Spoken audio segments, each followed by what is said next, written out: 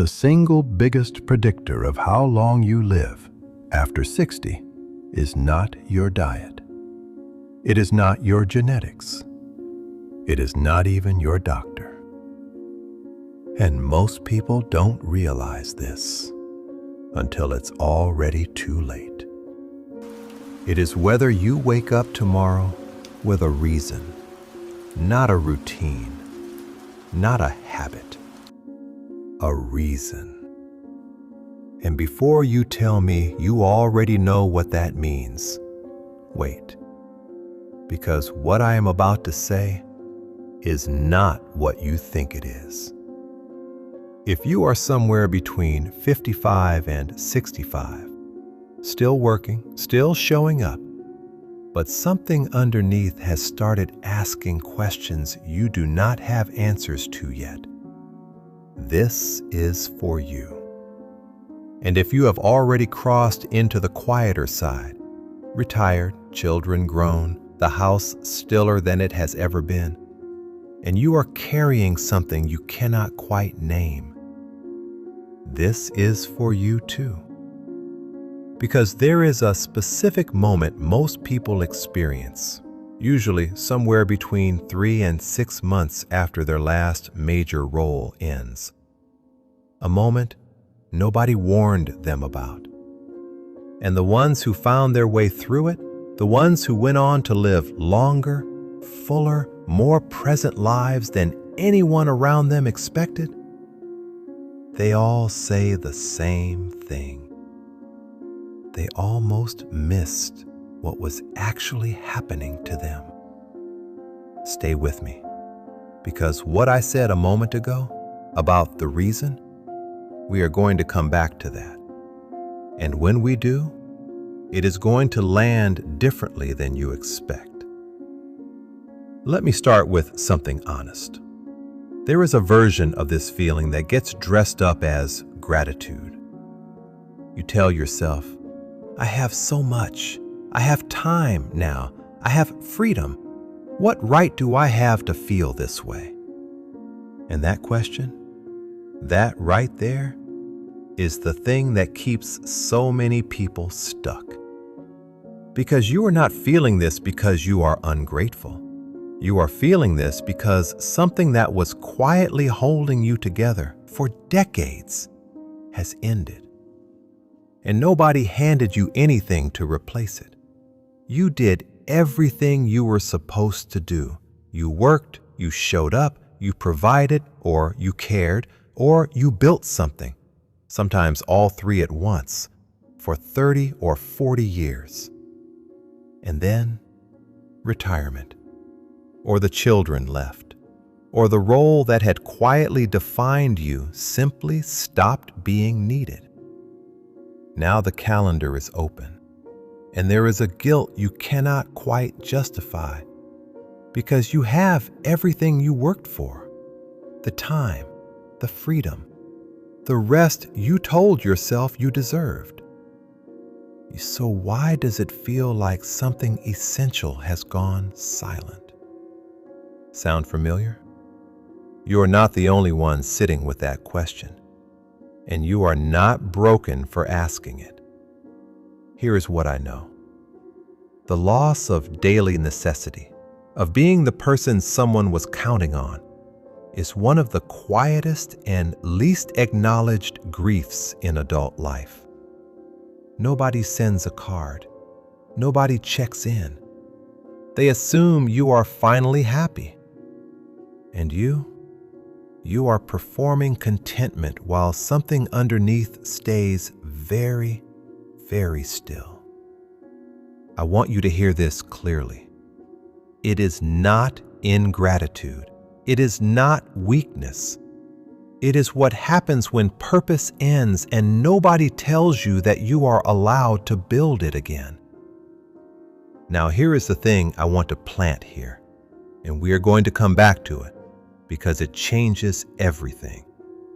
Most people, when they lose a sense of purpose, go looking for it. They think about it. They research it. They make lists. They take personality tests. They wait. And that waiting is the problem. Hold on to that. We will come back to it.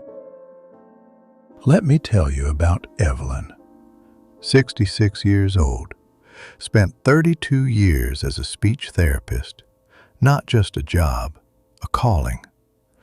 Every single day, she was the person in the room helping someone find their voice, literally. She retired on a Thursday. The following Monday, she stood in her kitchen, full day ahead, nothing that needed her. She told me later, I kept waiting for the relief to kick in, and it never did. For 5 months, she did what retirement is supposed to look like from the outside. Weekend trips, lunch with friends, home projects. She was busy. She was not alive, not in the way she had been. One afternoon, her neighbor knocked on the door. A young woman, recently moved in, struggling with her toddler who had a speech delay. She had no idea Evelyn's background. She just needed someone to talk to. Evelyn sat with her for 90 minutes, and she said, I drove home from that conversation feeling like myself for the first time in 5 months. Just from one afternoon, just from one person who needed what I already had. Think about that for a moment. She was not retired from knowledge. She was not retired from skill. She had simply stopped being asked. And the moment someone asked, she was back. That is not a coincidence. That is how this works. Here is the quiet truth that most people are never told. Purpose does not announce itself. It does not arrive as a calling or a grand second act with a clear beginning. For most people, especially at this stage of life, it comes back the same way it originally came. Quietly, through something small, something almost embarrassingly ordinary. And here's the part that changes everything, the thing I told you we would come back to. You do not find purpose by searching for it. You find it by doing something, anything, that asks something of you. The body follows the demand. The emptiness does not shrink when you fill it with activity. It shrinks when you stop waiting for the right thing to fill it. I know how that sounds. I know it sounds too simple, but stay with me here. Because here is what nobody says out loud. The people who found their way back, people like Evelyn, they did not find purpose. They stumbled into it. Because they stopped waiting and started doing something, anything. The waiting is the thing that keeps the door closed. You are not retired from life. You may have retired from work. Those are not the same thing. And the distance between those two sentences, that is where everything begins. Now I want to ask you something. And I want you to be honest with yourself here. Is there something you spent years getting good at? Something you gave real time and real thought to that you have quietly stopped using?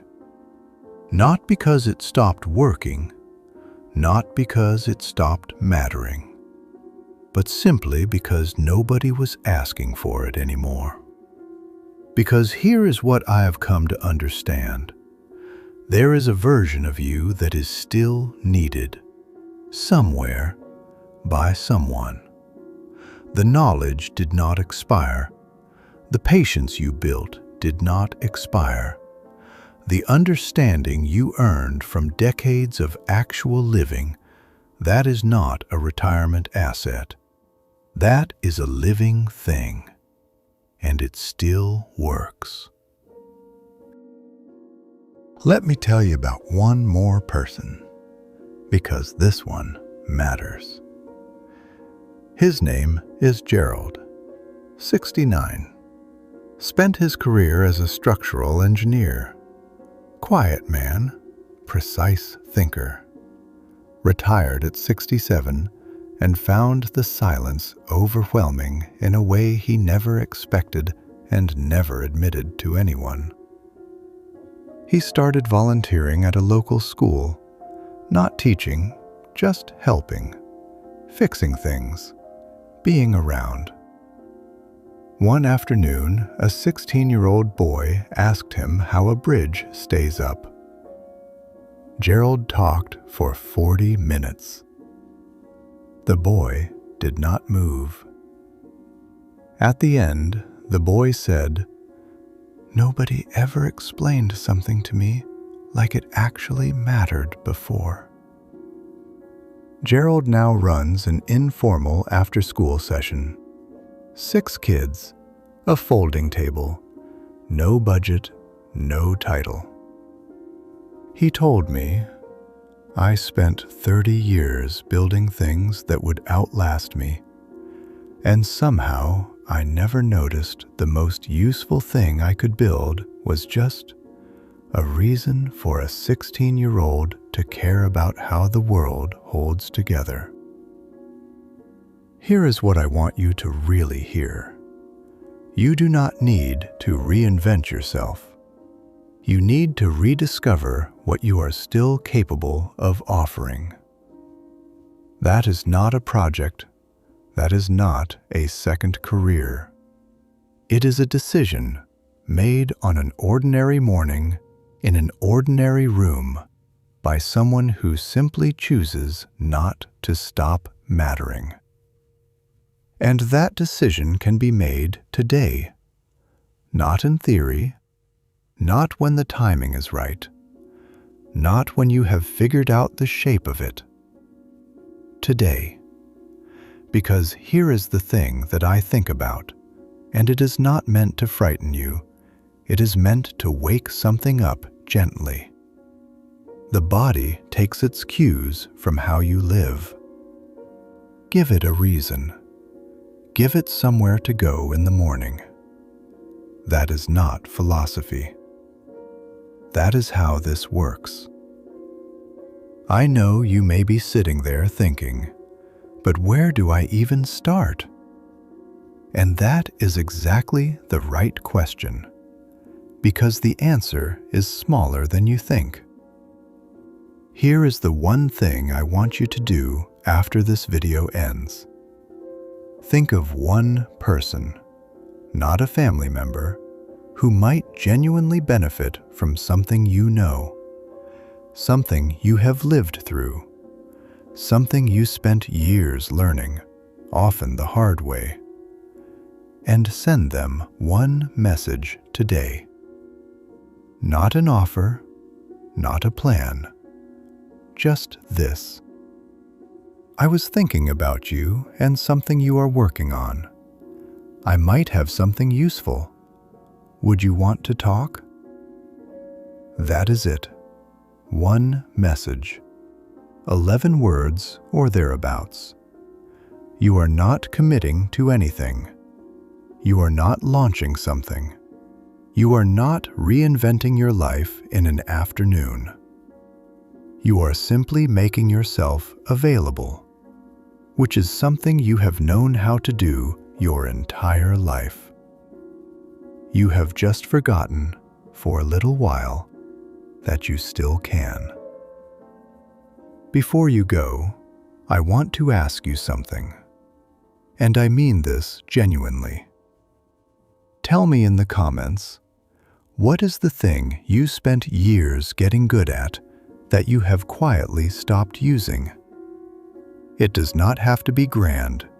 It does not have to be impressive. Just name it. Write it down here. Say it out loud.